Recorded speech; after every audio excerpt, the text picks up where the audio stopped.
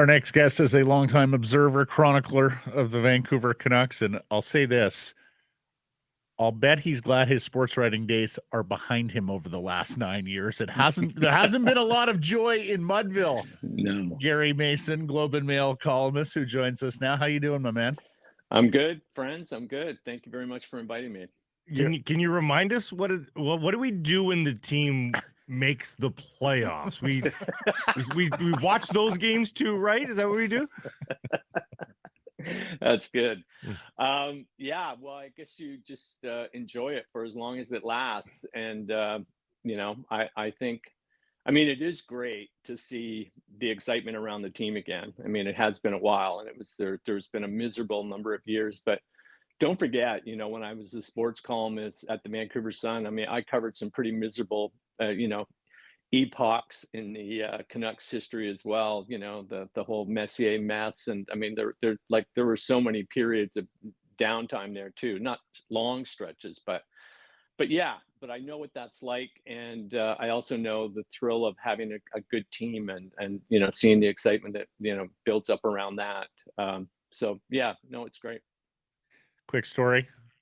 Gary and I are in a town car heading to SFO after Game 4 in San Jose, 2011, 3-1 series lead, and we look at each other and go, they're going to win the effing Stanley Cup. Can you believe this? Like, we're going to cover a Stanley Cup.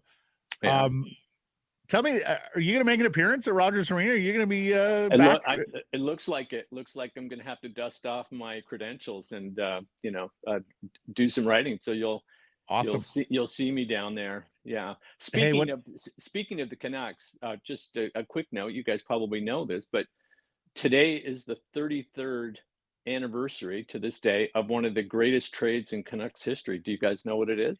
Ronning, yeah, Courtnall, Momesso, Dirk.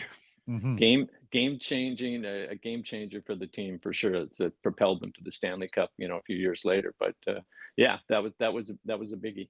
Hey, buddy, like, who knows? We're recording this in the morning. Rutherford and Alvin may pull off something today that's same, right? Oh, that's right. Oh, yeah. That's right. Yeah. Hey, tell me, what do you think it means to the city to have the Canucks going back to the playoffs and having this season after so many years of pain and suffering?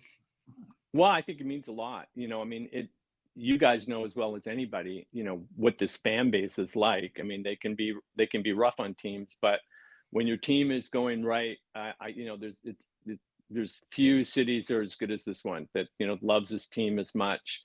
So I think it means a lot. It means a lot to a whole bunch of people that have been with this team and supported this team through thick and thin, and a lot of thin in the last number of years. So I think it's great. It's hard not to get caught up in the excitement around the team, and as a sort of an observer now. I kind of look forward to doing some more writing on the team, and and following and see how far they go. The expectations around the team are building all the time. So sort of a first round loss would be devastating, because I think the expectations for the team are soaring, and I think I think the management, Alvin and Rutherford have done a fantastic job. They've really made very few false moves or wrong moves. So yeah. So anyway, it's great. I just haven't felt this kind of excitement around the team for years. Well, from a fan standpoint, it's sort of like handing the keys to a 16-year-old to a Lamborghini. Why not drive a Ford first and then get to that? And here they are in a first place team. So a lot of those things that you sort of build to and nibbling away at a trade deadline, like the Canucks aren't there. We're talking about putting all the chips into the middle of the table here, Gary. Yeah, I know it is hard to believe. It's not quite worst to first, but it's on the same kind of trajectory as that kind of story. It's happened so quickly that I think it's actually caught a bunch of people off guard. Like nobody anticipated this kind of a season. And the fact that they're now talking about going all in over the next few years, which completely makes sense given the team. yeah, it's hard to believe it. These stories don't happen very often, in hockey, in sports generally. So I think we should just sit back and enjoy it for what it is, because it's fantastic. Do you find yourself having more Canucks conversations this year, Gary? Do like Uh, people come up to you and strike up Canucks banter? Everywhere I go, honest to Mhm. God, that is everywhere I go. Like on the golf course, in the pub, everybody wants to talk Canucks. And the other thing I'll tell you, and it's sort of an anecdotal it's an anecdotal thing more than anything, but at the pub for years, you know, the big screens would be full of, football games or basketball game, and the Canucks were reduced to the small little TV screens on the top. And now the Canucks games are full on, and people are coming back to watch them. And as they say, it's an anecdotal thing, but it's a very telling thing. I mean, you can tell it's a sign that the enthusiasm and love for the team is back, and people are interested. And as I say, people come up to me all the time. Probably every day somebody wants to talk about the Canucks, like I'm still covering the team every day. But so it's great.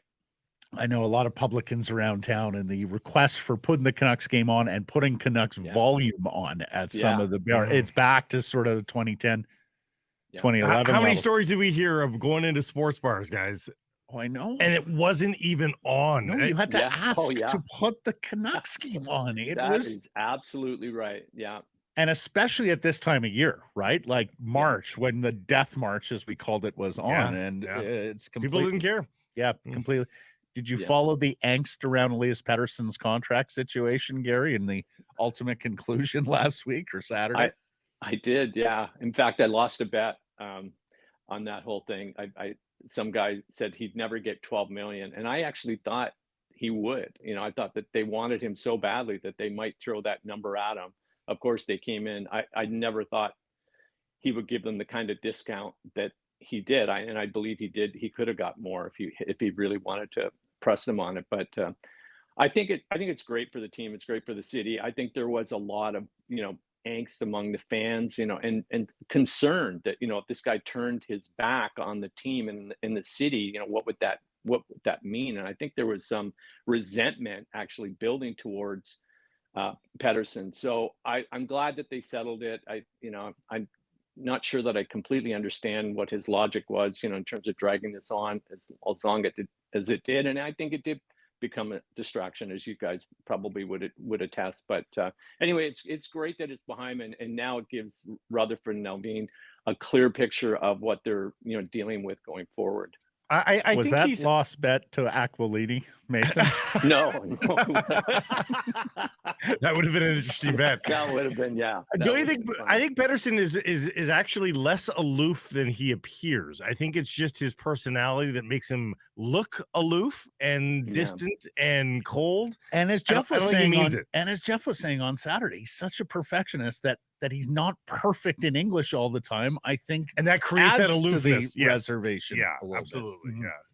Yeah, I think you guys are absolutely right. I mean, he doesn't come across as a guy who's he's certainly not gregarious or anything, and he probably could come across to some people as aloof and maybe even a touch arrogant. And um, but I don't know the player very well. I couldn't comment really, on Yeah. on his character or anything like that. But anyway, it's behind the team now, and it's great.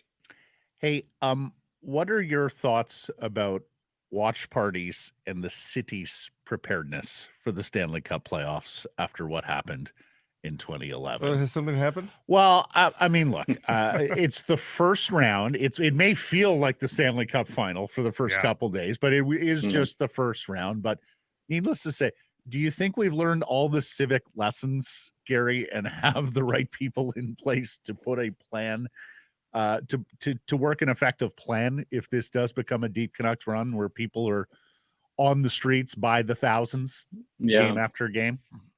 Well, I mean, you would hope that they'd learn their lesson. I mean, and I think they would be smart to start dusting off their playbook, that was designed in the aftermath of 2011. I mean, I hope they don't just wait. Okay, let's just see how they do. I hope they're, and I would hope and expect that that there's some game planning going on the police side of things already. I mean, God forbid that we, would need that again. But anyway, I hope, I mean, we have the city has a reputation when it comes to that, and they're in a very fraught history when it comes to losing big games and things like that. So yeah, so I mean, I hope there's some planning going underway for sure. There's some planning inside Rogers Arena. News yesterday of new seats going in, bit of a facelift for the arena for the fans. We know the facelift has already begun for the team in terms of dressing rooms and that sort of thing. It is about, that's one thing that has been lacking for this team. I think it's one of the crown jewels, not an original 16, but I still think it's one of the crown jewel teams of the National Hockey League. They were lagging behind in facilities, weren't they? And they still are in terms of the practice facility. Yeah, I think the practice facility is it's a situation that has dragged on far too long. Francesco hasn't been somebody who's been afraid to spend money. And I'm not sure what the holdup has been. I know that they've kicked the tires on a number of different places. They thought that they had some sort of, a couple of places nailed down that it kind of fell through. So, but I think, I think that there is a real eagerness to get something done, and an a facelift, at Rogers Arena is much needed, and I think it's great that it's finally getting done. But there was a tiredness to the place that has existed for far too long. Yeah, you're sort of known as the Aquilini Whisperer, my friend. How's the chairman doing with all this success? I haven't had a chance to talk to Francesco in a while, but knowing Francesco the way I do, I mean, he obviously would be elated with what's going on. I mean, this is all he's ever wanted is to bring a Stanley Cup to this city. He's tried. There's been a lot of missteps along the way. They weren't intentional missteps. I think they were done with good intentions, but that just didn't work out. I mean, to me, this is the best, clearly the best front office he's ever had. And I think the Burke years there were some good things that happened, but this is the most solid front office that the ownership of this team has ever had, and it puts him in a good place for a number of years. So yeah, I mean, Aquilini, he's got to be thrilled with where things are at right now. He couldn't be happier. He's got to be one of the happiest owners in the NHL right now. Hey, Gary, he tried for years to boost the competitiveness and try and get this team back competitive and in the Stanley Cup playoffs when there really wasn't a lot there. Do you think he greenlights every aggressive all-in deal this week? I would think he would. Yeah, I mean, he's put all his faith in these two guys to do the right things. And when you look at their track record so far, I mean, it would be hard not to sort of give them carte blanche at this point, because they've made so many great moves. It seems like everything they've done almost is paid off and met with high approval across the league and by insiders and observers of the NHL. So yeah, I would think when you're this close, you've got to, you've placed all your trust in these two guys to know what they're doing, and just let them do their thing. Last question from me. Geno Smith. That's my quarterback? That's your quarterback. You're a big Seahawks fan. That's why I ask. Are you a happy Geno Smith? That's my quarterback, Seahawks 12. I'm in the John Schneider camp. He's our quarterback until he's not. Not our quarterback. And I will be shocked if they don't pick a quarterback in this draft and let him develop behind Smith for a couple of years. It's the model the Green Bay Packers have used for years to have a lot of success. So to me, it makes sense. I mean, Geno, he can really huck the ball, and I think if he had a little bit better protection in the front line, I mean, this draft class is just full of O-line studs. I mean, it's probably one of the most stacked draft classes that there's been in, 2 decades, coming out of college. So, I mean, there's some people there that they could pick up for sure that would help, with the protection. But I'm not as down on people on Gino as a lot of other people are. I think he'll be good for a couple of years while we develop a stud behind him. The Broncos guy is just got shook loose. Yeah, I think. yeah. Hey, Unbelievable. you can take the guy out of the sports department, but you can't take him off his living room couch in late February with the stopwatch time in 40s at the NFL Combine, huh? Exactly. Stacked draft class. Gary's sitting there watching the bench press reps, targeting his guy for the Seahawks. Some of those old linemen doing the side to side, like unbelievable. Oh Beasts. man, it's unbelievable how some of those guys can run. Holy smokes. It just is. motoring, 350 pounds, just motoring, like 5'4", 40s, like for a guy who's like 365 pounds, it's just unheard of. I mean, the athletes they're developing now, it's astounding. But I mean, I guess it's no surprise. It's just, it's the progression of, the sports world. And I'll say this, 365 is pretty entertaining running full tilt for 40 yards. That is quite an aesthetic. That's quite an image. Gary, great catching up. Good to hear your voice, see your face, my friend. Hit them straight this year, and we'll catch up soon. Okay, thanks a lot, guys. Really appreciate it. Hey, everybody, if you're enjoying what you're seeing here, then follow along with Sekeres and Price on YouTube. I promise more content coming. The kids call it subscribe on YouTube. Well, how about liking it? Do that as well. Smash it right now.